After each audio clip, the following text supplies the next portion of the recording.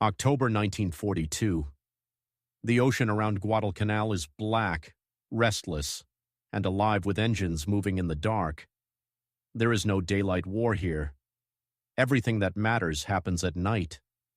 Wooden American patrol boats cut across the water at 40 knots. They are fast, fragile, and dangerously exposed.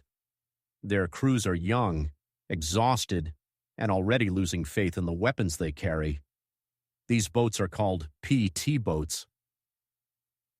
They were built to hunt destroyers with torpedoes, not to fight supply barges creeping along the coast. But the enemy has adapted, and now the rules no longer work. Japanese forces move men, ammunition, and food under cover of darkness. When American aircraft make destroyer runs too dangerous, barges take their place. Shallow draft. Steel armor. Just enough protection to defeat everything the PT boats were designed to use. Torpedoes pass harmlessly underneath. Machine gun rounds spark and ricochet. The barges keep moving. The supplies keep arriving. And PT boats keep burning. In just weeks, boats are lost and sailors are killed. The pattern repeats night after night, patrol after patrol. Detect the barges. Attack. Miss. Withdraw, or die. This is not a failure of courage. It is a failure of mathematics. The weapons do not match the problem. On shore, at Henderson Field, wrecked American fighter planes lie scattered across coral and mud. They are written off as total losses, broken wings, destroyed engines, forgotten machines from yesterday's battles. But inside those wrecks is something no one is looking at. A weapon designed for a different fight. A gun meant to tear through metal, not wood. Every innovation begins the same way, with pressure, fear, and the realization that following the rules will not be enough. In the Solomon Islands, survival will depend not on orders from Washington, but on choices made by men standing on a wooden deck in total darkness alone. This is the story of how wooden boats became something the enemy feared. This is the story of the devil boats. By October 1942, the war around Guadalcanal has settled into a brutal routine. Japanese forces move supplies at night. American forces try to stop them. The results are predictable and increasingly deadly. PT boats are designed to attack large warships. Their primary weapon is the torpedo. Each torpedo weighs over a ton and carries a massive explosive charge. Against destroyers, it can break a ship in half. Against Japanese supply barges, it does nothing. The problem is depth. Japanese barges draw only a few feet of water. American torpedoes are designed to run much deeper. They pass underneath the target and explode harmlessly beyond it. Perfect shots become perfect misses. Machine guns remain the only option. Twin, 50 caliber weapons rake the barges with hundreds of rounds per minute. Against wooden fishing boats, the effect would be devastating. Against steel-plated barges, the rounds spark and bounce away. The barges return fire. Each barge carries a heavy machine gun mounted amidships. Tracer rounds slice across the water. PT boats, built of wood and gasoline, are vulnerable to every hit. A single burst can set one ablaze. The pattern becomes familiar. A PT boat detects a convoy. It closes the distance. Torpedoes are fired and miss. Machine guns are ineffective. The barges keep moving. The PT boat withdraws, damaged, or does not return at all. Losses mount quickly. Boats are sunk. Sailors are killed. And still the supplies keep flowing. Japanese commanders understand what is happening. Barges are slow, but they are small, difficult to detect, and nearly immune to American weapons. Each night, dozens slip past the blockade, delivering troops and ammunition directly to the front. This is not a tactical mistake. It is a structural one. The Americans are using the wrong tools for the fight they are in. PT boat commanders know the truth. They cannot win this battle by following Doctrine. They cannot wait for new weapons to arrive. They cannot afford another patrol like the last one. The war will not pause while the bureaucracy catches up. If nothing changes, the outcome is already decided. The equation is simple, and it is killing them. Just inland from the fighting, Henderson Field tells a different story. The airstrip is littered with wrecked aircraft, casualties of constant combat. Broken fighters sit where they crashed, half buried in coral and mud. Among them are dozens of Bell P-39 Airacobras. The planes are beyond repair. Engines seized. Wings torn away. They are written off as scrap. But the Airacobra is a strange aircraft. Its engine sits behind the pilot, leaving the nose free for something unusual. Mounted at the center line is a 37mm automatic cannon, designed to fire through the propeller hub. The gun is powerful. It fires high explosive and armor-piercing rounds at a rapid rate. In the air, it is meant to destroy enemy aircraft. On the ground, it remains unused. A PT boat commander walks past the wrecks and stops. He looks at the cannon protruding from a shattered nose. He knows his boats cannot hit barges with torpedoes. He knows machine guns are failing. He does the math. The cannon can punch through light armor. It fires explosive shells. It does not rely on depth or proximity. It only requires a line of sight. No one has ever mounted an aircraft cannon on a PT boat. There are no plans, no procedures, no approvals. But there is no rule that says it cannot be done. The idea spreads quietly. Mechanics. Gunners. Sailors. Men who understand weapons and metal and recoil. They see the same thing. The wrecked aircraft are not useless. They are an armory. Time becomes the enemy. Barges are running tonight. Salvage begins immediately. Cannons are unbolted from shattered planes. Hydraulic lines are cut. Feed mechanisms are pulled free. Every step is improvised.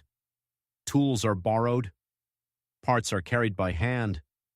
The work is done in heat, sweat, and silence. What they are building is not elegant. It is not tested, but it might work. And in a war where failure is guaranteed, might is enough. There is no formal request. No paperwork moves up the chain of command. Instead, a simple question is asked, face to face. Can we do this? The answer is not safe. It is not legal, but it is necessary. The cannons are heavy. The PT boats are built of plywood and oak frames. No engineer has calculated what will happen when an aircraft weapon fires from a wooden deck at full automatic rate. The risk is obvious. The recoil could rip the mount free. The deck could collapse. The gun could kill the crew before the enemy ever does. None of that stops the work. A crude pedestal mount is designed in minutes, sketched on scrap metal. Steel is cut from wrecked landing gear. Bearings are improvised.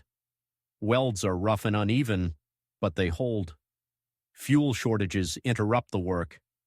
Power cuts out. Welding resumes in short bursts. Everything is done against the clock. By nightfall, the mount is ready. It looks fragile. It looks temporary. It is the only option. The cannon is lifted into place by hand. Bolts are drilled through the deck with manual tools. Each hole takes nearly half an hour. Sweat drips onto the wood as the drill turns. There is no test firing. There is no training. Ammunition magazines are stacked beside the gun. Reloading will be done by hand under fire. When the work is finished, the boat looks different. It is still wooden, still fast. But now it carries a weapon never meant to be there. The crew understands the risk. They also understand the alternative. That night, the boat leaves the dock and disappears into the darkness. The cannon has never been fired. The mount has never been stressed. No one knows if the deck will survive the first shot. But Japanese barges are already moving. And for the first time in weeks, the PT boat crews believe they might have a chance. At 23:55 hours, the radar operator reports contacts ahead. 4 surface targets moving slowly in formation. The sea is calm. The sky is overcast. Visibility is barely a few hundred yards. Perfect conditions for a barge run. The PT boat alters course and accelerates. Engines rumble as the bow lifts and cuts through the water. On deck, the crew takes positions they have never practiced. The new cannon points forward into the darkness, silent and untested. As the distance closes, shapes emerge against the black water. Long, low silhouettes. Japanese supply barges. Men can be seen sitting shoulder to shoulder on the decks, unaware of what is approaching. At 1,000 yards, a lookout shouts a warning. A machine gun flashes from the lead barge. Tracer rounds streak across the water, falling short. The enemy has spotted them. The PT boat does not turn away. At 800 yards, the gunner squeezes the trigger. The cannon fires. The muzzle flash turns night into daylight. The recoil slams into the mount. The deck flexes beneath the gunner's feet. For a split second, no one knows if the weapon will tear free. It does not. The cannon continues firing, 2 rounds per second. High explosive shells streak across the water and slam into the lead barge at the waterline. Steel armor tears open. Fire erupts from within. Men jump overboard. Flames spread rapidly as fuel ignites. The barge continues forward, burning, then slows and settles by the bow. The gunner empties the magazine in seconds. The cannon locks open. Smoke drifts across the deck. Hands move frantically, pulling the empty magazine free and slamming a new one into place. 8 seconds pass. In combat, 8 seconds feels endless. The second barge turns hard, attempting to escape. The PT boat follows, closing the distance. The cannon opens fire again. Shells punch through armor and detonate inside the hull. This time, the result is instant. The barge explodes in a violent flash, debris thrown high into the air. The shockwave rolls across the water. The remaining barges scatter in opposite directions. The PT boat pursues one as machine gun fire rips back toward it. Rounds punch through the wooden deck. Splinters fly. The gunner does not stop. The cannon walks its fire along the length of the barge. The engine dies. The vessel loses way and drifts, disabled and burning. Survivors abandon ship. Moments later, the PT boat breaks contact and disappears into the darkness. When the firing stops, no one speaks. The cannon is still intact. The mount still holds. The deck has not failed. Behind them, 2 Japanese barges burn on the water. The crew finally exhales. Adrenaline drains away, replaced by disbelief and relief. What they have just done was never authorized, never tested, never approved. Yet the results are undeniable. Radio silence holds as the boat withdraws. No pursuit follows. No return fire tracks them into the dark. The enemy convoy is broken. Its mission failed. Back at base, the report is short and direct. The new weapon worked. It worked far better than anyone expected. 2 barges destroyed, 1 disabled, no American casualties. By dawn, the implications are clear. This was not luck. It was not coincidence. It was proof. The equation has changed. The night war has entered a new phase, and nothing along these waters will ever move safely again after this moment forward. The report travels faster than any official order.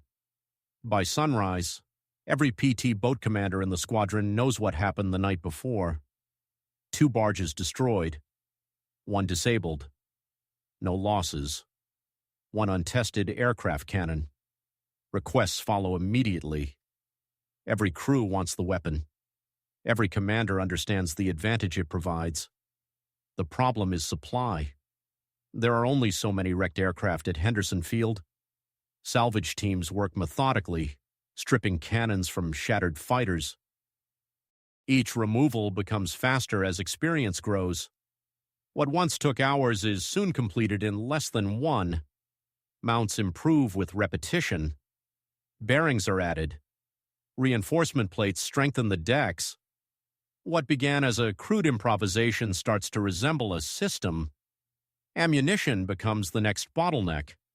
The cannon's magazines were designed for air combat, not extended surface engagements. Crews quickly learn how fast 30 rounds disappear in a fight. Magazines are loaded by hand, 1 round at a time, around the clock. Despite the limitations, the results are impossible to ignore.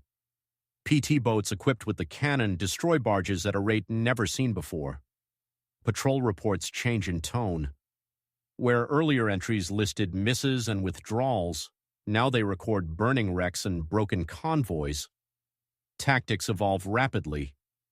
Boats close to gun range instead of launching torpedoes. Engagements become deliberate, controlled, and devastating. The night belongs to the attackers again. Japanese commanders notice the shift almost immediately. Radio intercepts describe a new threat. Small American boats carrying heavy guns. Barges that once moved with confidence now scatter at first contact. The psychological impact is as important as the physical damage. Crews who once felt helpless now go into combat with confidence. The cannon is not just a weapon. It is a solution. Within weeks, multiple boats are operating with salvaged cannons. Maintenance routines are established. Gun crews are trained. What began as an unauthorized experiment is becoming standard practice. The transformation is happening faster than anyone expected, driven not by orders, but by results. The PT boats have found the right tool for the fight they are in. And once found, they refuse to give it up. Combat reports do not stay buried for long. Within weeks, summaries of patrol actions reach higher command in the South Pacific. Numbers replace anecdotes, and the pattern is unmistakable. PT boats equipped with the salvaged cannon are destroying Japanese barges consistently. Boats without it are not. Losses decline where the cannon appears. Success follows wherever it is mounted. For naval bureaucracies, evidence matters. Charts, after-action reports, ammunition counts, and damage assessments begin moving up the chain. What began as an unauthorized modification now has data behind it. In November 1942, a formal dispatch reaches Washington. It describes the field installation in detail, including mount designs, recoil behavior, ammunition consumption, and maintenance issues. Most importantly, it includes results. Barges destroyed, convoys broken, casualties reduced. Normally, this process would take months or years. Committees would review safety risks. Engineers would demand testing. Lawyers would raise concerns about liability and non-standard equipment. But the war does not wait. The Navy makes a rare decision. Instead of rejecting the modification, it studies it. Instead of punishing those involved, it asks how to reproduce the results. Authorization follows. Production of standardized mounts is approved. A naval version of the aircraft cannon is ordered for development. What was once improvised from scrap will now be manufactured deliberately. Factories in the United States begin work. New cannons are built stronger, heavier, and better suited for sustained naval use. Mounts are redesigned with proper bearings and reinforced supports. Training manuals are written. Supply chains are planned. By early 1943, new PT boats begin arriving in the Pacific already designed to carry the weapon. Older boats are retrofitted as quickly as materials allow. The modification becomes Doctrine. This transition marks a turning point. The innovation no longer depends on a handful of mechanics and commanders. It is now institutional. Yet the origin is not forgotten. Every report traces the weapon back to a single moment of necessity, when crews on the front line refused to accept failure. The Navy did not invent something new. It recognized what already worked. In a system often defined by procedure, this decision stands out. Results mattered more than rules. Survival mattered more than tradition. Improvisation had become policy. It set a precedent that echoed beyond PT boats, proving that frontline adaptation could reshape doctrine when leadership listened and evidence was preserved. In the chaos of war, this moment demonstrated that innovation does not require permission first, only responsibility afterward, and the courage to document what works under fire, especially when lives depend on speed, trust, and decisions made far from headquarters desks. Once the cannon spreads, its impact becomes visible far beyond individual patrols. Across the Solomon Islands, Japanese supply traffic begins to collapse. Barges that once moved nightly now travel less frequently and in smaller numbers. Convoys scatter at first contact. Survivors report sudden explosions and overwhelming fire from small boats that cannot be outrun. Statistics confirm what crews already know. PT boats armed with the cannon destroy enemy vessels at several times the previous rate. Just as important, American losses decline sharply. Boats engage from positions of advantage, not desperation. The effect ripples outward. In New Guinea, the same shallow waters and jungle coastlines produce the same results. Barges burn. Supply schedules fail. Entire units arrive late, understrength, or not at all. By 1944, the weapon reaches other theaters. In the Mediterranean, German and Italian light craft face similar threats. The cannon proves just as effective against lightly armored targets there as it did in the Pacific. The cumulative impact is strategic. Japanese commanders are forced to abandon surface barge transport in many regions. More expensive and less efficient methods replace it. Submarines, aircraft, anything that avoids the night surface routes. For the PT boats, the transformation is complete. Once conceived as torpedo platforms, they have become heavily armed gunboats. Their role shifts from opportunistic attack to systematic interdiction. The cannon doesn't make them invincible. Destroyers remain deadly. Coastal artillery still threatens. But the balance has shifted. Night operations are no longer exercises in frustration. They are controlled, aggressive, and lethal. What began as a solution to a local problem now influences entire campaigns. Supplies that do not arrive mean battles that cannot be sustained. Positions weaken. Momentum fades. The cannon's true power is not measured only in wrecks left burning on the water. It is measured in what never happens. Reinforcements that never reach the front. Ammunition that never gets fired. Attacks that never materialize. Small boats, armed correctly, have altered the flow of war along thousands of miles of coastline. Quietly and decisively, the night sea becomes hostile again to those who once believed darkness guaranteed safety from small American boats hunting without warning or mercy left. Today, many of the boats are gone. Time, weather, and neglect have claimed most of them.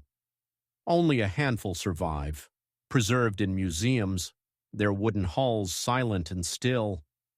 On some bows, the cannon remains. It looks ordinary now, just another piece of steel. But its presence tells a larger story. The weapon did not begin as a program or a requirement. It began as a question asked under pressure. How do we survive tonight? The answer was not found in manuals or offices. It was found in wreckage, scrap metal, and the willingness to accept responsibility for risk. The sailors who made it work did not set out to change doctrine. They set out to solve a problem that was killing their friends. Documentation followed survival, not the other way around. This is the enduring lesson. Innovation in war rarely starts at the top. It starts where failure is immediate and consequences are real. Organizations that learn are those willing to listen, measure results, and adapt. Those that do not remain trapped by their own rules.